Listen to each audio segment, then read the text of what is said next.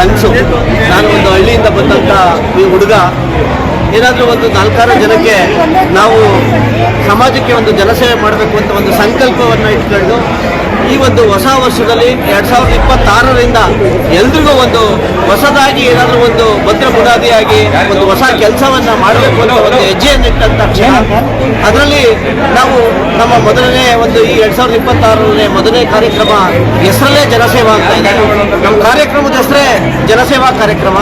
ಈ ಒಂದು ಕಾರ್ಯಕ್ರಮವನ್ನು ಇವತ್ತು ನಾವು ಸಿದ್ಧಗಂಗಾ ಶಾಲೆ ಶಿವನಹಳ್ಳಿ ಏನು ನಮ್ಮ ನಮ್ಮ ರಾಜಾಜಿನಗರದ ಏನೊಂದು ಮಧ್ಯಭಾಗದಲ್ಲಿರುವಂಥ ಏನೊಂದು ದೊಡ್ಡಮ್ಮ ದೇವಿಯ ದೇವಸ್ಥಾನದ ಪಕ್ಕದಲ್ಲಿ ಒಂದು ಸಿದ್ಧಗಂಗಾ ಶಾಲೆ, ಈ ಶಾಲೆಯ ಆವರಣದಲ್ಲಿ ನಾವು ಮೊದಲನೇ ಕಾರ್ಯಕ್ರಮವನ್ನು ನಾವು ಫೌಂಡೇಶನ್ ವತಿಯಿಂದ ಏನು ಸಾರ್ವಜನಿಕವಾಗಿ ನಾವು ಈ ಹಲವಾರು ಕಾರ್ಯಕ್ರಮಗಳನ್ನು ಮಾಡಿದ್ದು ಶಿಕ್ಷಣ, ಸ್ವಚ್ಛತೆ, ಆರೋಗ್ಯದ ಬಗ್ಗೆ. ಇವತ್ತು ಒಂದು ಸಾರ್ವಜನಿಕರಿಗಾಗಿ ಜನಸೇವಾ ಒಂದು ಕಾರ್ಯಕ್ರಮವನ್ನು ಹಮ್ಮಿಕೊಂಡಿದ್ದು. ಇದರ ಉದ್ದೇಶ ಏನಂತಂದರೆ ನಾವು ವಿದ್ಯಾರ್ಥಿಗಳಾಗಿದ್ದಾಗ ಯಾವ ರೀತಿ ಕಷ್ಟಪಟ್ಟಿದ್ದೋ, ನಾವು ಕೆಲಸಗಳನ್ನು ಮಾಡಬೇಕಾದ್ರೆ ಯಾವ ರೀತಿ ಏನು ವ್ಯವಸಾಯ ಮಾಡಬೇಕಾದ್ರೆ ಊಟಕ್ಕೆ ಯಾವ ರೀತಿ ಆಹಾರ ಇರ್ತಿತ್ತು, ಅದೇ ರೀತಿ ಬೆಂಗಳೂರಿಗೆ ಬಂದಂಥ ಸಂದರ್ಭದಲ್ಲಿ ನಮ್ಮ ಏನು ಆಶಾ ಕಾರ್ಯಕರ್ತರಿಂದ ಆರೋಗ್ಯದ ಬಗ್ಗೆ ಯಾವ ರೀತಿ ನಾವು ಆರೋಗ್ಯ ಅಂದರೆ ಆಶಾ ಕಾರ್ಯಕರ್ತರು, ಶಿಕ್ಷಣ ಅಂದರೆ ವಿದ್ಯಾರ್ಥಿಗಳ ಪ್ರತಿಭಾ ಪುರಸ್ಕಾರ, ದುಡಿಮೆ ಅಂದರೆ ಉದ್ಯೋಗ ಅಂದರೆ ಆಟೋ ರಿಕ್ಷಾದವರ ರಾತ್ರಿ ಈಗಲೂ ಸೇವೆಯನ್ನು ಸಲ್ಲಿಸುವಂಥ ಒಂದು ಆಟೋ ಡ್ರೈವರ್ ಅವರ ಸೇವೆಗಳನ್ನು ಗುರುತಿಸುವಂಥ ಕಾರ್ಯಕ್ರಮ.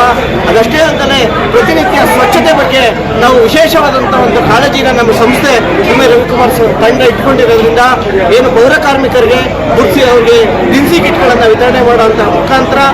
ಅದಷ್ಟೂ ಅಲ್ಲದೆ ನಮ್ಮ ಇತ್ತೀಚಿನ ದಿನಗಳಲ್ಲಿ ಬೆಂಗಳೂರು ಅತಿ ವೇಗವಾಗಿ ಬೆಳೀತಿರುವಂಥ ಪ್ರಪಂಚದಲ್ಲಿ ದೊಡ್ಡ ನಗರವಾಗಿರೋದ್ರಿಂದ ನಾವೆಲ್ಲರೂ ಡಿಜಿಟಲ್ ಯುಗಕ್ಕೆ ಇವತ್ತು ಎಲ್ಲರೂ ಒಂದು ಹೆಜ್ಜೆಯನ್ನಿಟ್ಟಿರೋದ್ರಿಂದ ಇಂದಿನ ಕಾಲದಲ್ಲಿ ಈ ಒಂದು ಸುತ್ತಮುತ್ತಲಿನ ಭಾಗದಲ್ಲಿ ನಾನು ಒಬ್ಬ ರೈತನ ಮಗನಾಗಿದ್ದರಿಂದ ಒಂದು ಸುಗ್ಗಿ ಹಬ್ಬ, ಸಂಕ್ರಾಂತಿ ಅಂದರೆ ಯಾವ ರೀತಿ ಮಾಡ್ತಿದ್ದೋ, ಕಡಗಳನ್ನು ಯಾವ ರೀತಿ ಮಾಡ್ತಿದ್ದೋ, ರಾಸುಗಳನ್ನು, ಎತ್ತುಗಳನ್ನು ಅಥವಾ ಹಸುಗಳನ್ನು ಯಾವ ರೀತಿ ಆ ಕಡದಲ್ಲಿ ರಾಶಿ ಪೂಜೆ ಯಾವ ರೀತಿ ಮಾಡ್ತಾ ಇದ್ದೋ, ಗೋ ಪೂಜೆಯನ್ನು ಯಾವ ರೀತಿ ಮಾಡ್ತಾ ಇದ್ದೋ, ಸಂಕ್ರಾಂತಿ ಹಬ್ಬದಲ್ಲಿ ನಾವೆಲ್ಲರೂ ಏನು ನಮ್ಮ ಮನೆಗಳಿದ್ದಂಥ ಹಸುಗಳನ್ನು ಅವುಗಳನ್ನು ವರ್ಷಕ್ಕೊಂದ್ಸತಿ ಮೈ ತೊಳೆದು ಬಣ್ಣ ಹಚ್ಚಿ ಅವ್ರಿಗೆ ಟೇಪ್ ಕಟ್ಟಿ ಅಲಂಕಾರಿತ ಮಾಡಿ ಅವುಗಳನ್ನು ಪೂಜೆ ಮಾಡುವಂಥ ಒಂದು ಸಂಸ್ಕೃತಿ ನಮ್ಮ ಹಿಂದೂ ಧರ್ಮದಲ್ಲಿ, ಸನಾತನ ಧರ್ಮದಲ್ಲಿ ಕಾಲದಿಂದಲೂ ನಮ್ಮ ಹಿರಿಯರು ನಮಗೆ ಹೇಳಿದರು.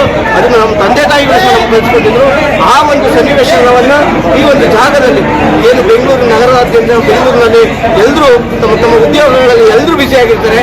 ಅಂಥ ಒಂದು ಸಂದರ್ಭದಲ್ಲಿ ಹಳ್ಳಿಯ ಸೊಬಗನ್ನು ಎಲ್ಲರಿಗೂ ತಲುಪಿಸುವ ಒಂದು ಉದ್ದೇಶದಿಂದ ಇವತ್ತು ನಮ್ಮ ಸಂಸ್ಥೆ ಒಂದು ಜನಸೇವಾ ಕಾರ್ಯಕ್ರಮದಲ್ಲಿ ಪ್ರಥಮವಾಗಿ ಒಂದು ಪೂಜೆಯನ್ನು ಮುಖಾಂತರ ಮಾಡುವ ಭೂದೇವತೆಗೆ ಮತ್ತು ಸೂರ್ಯನಾರಾಯಣ ಸ್ವಾಮಿಗೆ ನಮಸ್ಕಾರ ಒಂದು ಪೂಜೆಯನ್ನು ಮಾಡುವ ಮುಖಾಂತರ ಕಾಮಧೇನುವನ್ನು ನಾವು ಒಂದು ಪೂಜಿಸಿ ಇವತ್ತು ಈ ಕಾರ್ಯಕ್ರಮವನ್ನು ಪ್ರಾರಂಭಿಸಿದ್ದೇವೆ.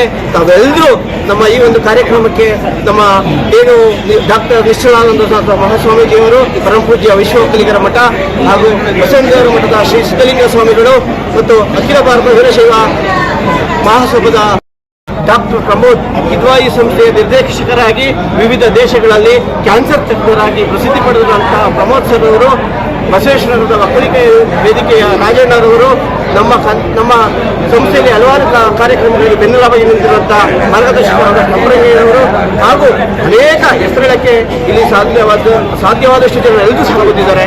ಹಾಗಾಗಿ ಎಲ್ರಿಗೂ ಈ ಒಂದು ಕಾರ್ಯಕ್ರಮಕ್ಕೆ ಬಂದಂತಹ ಅದಕ್ಕಿಂತ ಹೆಚ್ಚಿನಾಗಿ ನಮ್ಮ ಆಟೋ ರಿಕ್ಷಾದವರು ಚಾಲಕರು ಬಂದಿದ್ದರು, ಆಶಾ ಕಾರ್ಯಕರ್ತರು ಬಂದಿದ್ದರು, ನಮ್ಮ ಸಂಸ್ಥೆಯ ಹಲವಾರು ಸ್ವಯಂ ಸೇವಕರು, ಅಕ್ಕಂದಿರು, ತಾಯಂದಿರು, ಮತ್ತು ಮಾರ್ಗದರ್ಶಕರು, ಚಿಂತಕರು, ಪೋಷಕರು, ಮತ್ತು ನೀವೆಲ್ಲ ಮಾಧ್ಯಮ ಮಿತ್ರರು ಸಹ ನಮಗೆ ತಾವಾಗೇ 4 ಗಂಟೆಯಿಂದಲೂ ನಮಗೆ ಸಹ ಈ ಒಂದು ಕಾರ್ಯಕ್ರಮವನ್ನು ಯಶಸ್ವಿಗೊಳಿಸಬೇಕು, ಇವ್ರಿಗೆ ಸಹಕಾರ ಕೊಡಬೇಕು ಅಂತ ತಾವೆಲ್ಲರೂ ಸಮಯವನ್ನು ಲೆಕ್ಕಿಸದೆ ನಮ್ಮ ಕಾರ್ಯಕ್ರಮದಲ್ಲಿ ಇಲ್ಲಿವರೆಗೂ ಶಾಂತ ರೀತಿಯಲ್ಲಿ ಎಲ್ಲ ಕಾರ್ಯಕ್ರಮವನ್ನು ಯಶಸ್ವಿಯಾಗಿ ಮಾಡಿದ್ದೀರಾ. ಮೂಲೆ ಮೂಲೆಗೆ ಇಂಥ ಒಂದು ಚಿಂತನೆಗಳು ಬೆಂಗಳೂರಿನಾದ್ಯಂತ, ರಾಜ್ಯಾದ್ಯಂತ, ದೇಶಾದ್ಯಂತ ಒಂದು ಯುವ ಪ್ರತಿಭೆಗಳನ್ನು ಬೆಳೆಸಲು, ಪೋಷಿಸಲು ನೀವೆಲ್ಲರೂ ನನಗೆ ಸಹಕಾರ ನೀಡ್ತಾ ಇದ್ದೀರಾ. ಈ ಒಂದು ಸುತ್ತಮುತ್ತಲಿನ ಎಲ್ಲ ಸಾರ್ವಜನಿಕ ಬಂಧುಗಳು ಸಹ ನನಗೆ ಒಂದು ಆಶೀರ್ವಾದ ಮಾಡಿದ್ದಾರೆ. ಎಲ್ರಿಗೂ ಚಿಲುಮೆ ರವಿಕುಮಾರ್ ಫೌಂಡೇಶನ್ ವತಿಯಿಂದ ಹೃದಯಪೂರ್ವಕವಾದಂಥ ಅಭಿನಂದನೆಗಳು. ಗಳನ್ನ ಕೇಳ್ತೀವಿ. ನೀವು ಹಿಂದಿನ ಕಾಲದಲ್ಲೆಲ್ಲ ಕಾಯಿಲೆ ಬರ್ತಿತ್ತಲ್ಲ, ಏನ್ ಮಾಡ್ತಾ ಇದ್ರ, ಯಾಕೆ ಈ ಒಂದು ನೀವು ಅವಾಗೆಲ್ಲ ಹಾಸ್ಪಿಟ್ಲ್ಗಳು ಇವತ್ತಿನ ತರ ಡಿಜಿಟಲ್ ಸ್ಕ್ಯಾನಿಂಗು ಹಾಸ್ಪಿಟ್ಲ್ಗಳಿರಲಿಲ್ಲ, ಅವಾಗೆಲ್ಲ ನೀವು ಯಾವ ರೀತಿ ಔಷಧಗಳನ್ನ ಕಾಣ್ತಾ ಇದ್ರು ಅಂತ ಕೇಳಿದಾಗ ಅವ್ರು ನಮಗೆ ಮಾಹಿತಿ ಹೇಳ್ತಾರೆ. ನಮ್ಮಲ್ಲಿ ಹಳ್ಳಿಗಳಲ್ಲಿ ಪಂಡಿತರುಗಳಿದ್ರು, ಗಿಡಮೂಲಿಕೆ ಔಷಧಗಳನ್ನ ಕೊಡ್ತಾ ಇದ್ರು. ಅಂತ ಸಂದರ್ಭದಲ್ಲಿ ನಾವೇ ಮನೆಗಳಲ್ಲಿ ಅದನ್ನ ಅರ್ದು ಸೊಪ್ಪುಗಳನ್ನ ತಂದು ನಾವು ಆರೋಗ್ಯವನ್ನ ರಕ್ಷಣೆಯಿಂದ ನೋಡ್ಕೊಂತ ಇದ್ದೋ. ನಾವು 90 ವರ್ಷ 100 ವರ್ಷಗಳ ಬದುಕ್ತಾ ಇದ್ದೋ. ಯಾವುದೇ ರೀತಿಯಾದಂಥ ಆರೋಗ್ಯದಲ್ಲಿ ಏರುಪೇರು ಆಗ್ತಾ ಇರಲಿಲ್ಲ ಅನ್ನೋದನ್ನ ಮಂದಟ್ಟು ಮಾಡ್ತಾರೆ. ಅಂಥ ಸಂದರ್ಭದಲ್ಲಿ ನಾವು ಒಂದೇನಾದರೂ ಈ ಸಮಾಜಕ್ಕೆ, ಈ ಬೆಳೀತಾ ಇರೋಂಥ ನಗರಕ್ಕೆ ನಾವು ಇಂದಿನ ನಾವು ವೈಜ್ಞಾನಿಕ ಪದ್ಧತಿಗಳನ್ನು ಬಿಟ್ಬಿಟ್ಟು ಇವತ್ತು ಡಿಜಿಟಲ್ ಪದ್ಧತಿಗಳಿಗೆ ಹೋಗಿದ್ದೀವಲ್ಲ ಅನ್ನೋದನ್ನ ನಾವು ಮತ್ತೆ ಎಲ್ಲರೂ ಕೆಲವರು ಏನು ಆರೋಗ್ಯದ ಬಗ್ಗೆ ಜಾಗೃತಿ ಕಾಳಜಿ ಅನ್ನೋದು ಇಟ್ಟರೆ ಆ ಮನೆಯಲ್ಲಿ ದೀಪ ಬೆಳೀತದೆ, ಮನೆ ಬೆಳೆದ್ರೆ ಆ ಊರು ಬೆಳೀತದೆ, ಊರು ಬೆಳೆದ್ರೆ ನಾಡು ಬೆಳೀತದೆ ಅನ್ನೋ ಒಂದು ಉದ್ದೇಶದಿಂದ ನಮ್ಮ ಆಹಾರ ನಮ್ಮ ಆರೋಗ್ಯ ಈ ಒಂದು ಲಡ್ಡನ್ನು ಯಾಕೆ ಅವಾಗ ಅಜ್ಜಿದಿರು ಕೇಳಿದಾಗ ಆ ಥರ ಕೊಡ್ತಿದ್ರು ಅಂತಾರೆ. ನಾವು ಅಕ್ಷೆ ಬೀಜ ಮತ್ತೆ ಕಡಲೆಕಾಯಿ ಬೆಲ್ಲದಿಂದ ಮಾಡಿರುವಂಥ ಲಡ್ಡು. ಈ ಲಡ್ಡುವನ್ನ ಎಲ್ಲ ಅವರು ಮನೆಗಳಲ್ಲೇ ಮಾಡ್ಬೋದು. ನಾವು ಹೆಲ್ಪ್ಲೈನ್ ಸಹ ಮಾಡಿದ್ದೀವಿ. ನಾವು ಒಂದು ಆ್ಯಂಟ್ಲನ್ನು ಕರಪತ್ರವನ್ನು ಸಹ ಎಲ್ಲರಿಗೂ ತಲುಪಿಸ್ತೀವಿ. ಯಾವೆಲ್ಲ ಪದಾರ್ಥಗಳನ್ನು ಎಷ್ಟೆಷ್ಟು ಪ್ರಮಾಣದಲ್ಲಿ ಬಳಸಿ ಅದನ್ನು ತಯಾರು ಮಾಡ್ಕೊಬೋದು, ಒಂದು ದಿವಸ ತಿಂದರೆ ಒಳ್ಳೇದಾ, 2 ದಿವಸ ತಿಂದರೆ ಒಳ್ಳೇದಾ, ಅಥವಾ ಚಿಕ್ಕ ಮಕ್ಕಳು ತಿನ್ಬೋದಾ, ವಯಸ್ಸಾದವ್ರು ತಿನ್ಬೋದಾ ಅನ್ನೋ ಪ್ರಶ್ನೆಗಳು ಸಹ ಬಂದಿದೆ. ಎಲ್ಲರೂ ತಿನ್ಬೋದು, ಇದನ್ನ ಯಾವ ಸಮಯದಲ್ಲಿ ಬೇಕಾದ್ರೂ ತಿನ್ಬೋದು, ಅವರೇ ಮನೆಗಳಲ್ಲಿ ತಯಾರು ಮಾಡ್ಕೊಂಡು ತಿನ್ಬೋದು, ಏನೆಲ್ಲ ಬೇಕಾದ್ರೂ ಸಾಧ್ಯ ಮಾಡ್ಬೋದು. ಹಾಗಾಗಿ ನಮ್ಮ ಆಹಾರ ನಮ್ಮ ಆರೋಗ್ಯ. ನಾವೆಲ್ಲರೂ ಯೋಗ ಮಾಡೋಕ್ಕಾಗಲ್ಲ, ಎಲ್ಲರೂ ವಾಕಿಂಗ್ ಮಾಡೋಕ್ಕಾಗಲ್ಲ, ಕೆಲಸದ ಒತ್ತಡ ಎಲ್ರಿಗೂ ಇರ್ತದೆ, ಸಮಯದ ಅಭಾವ ಇದೆ.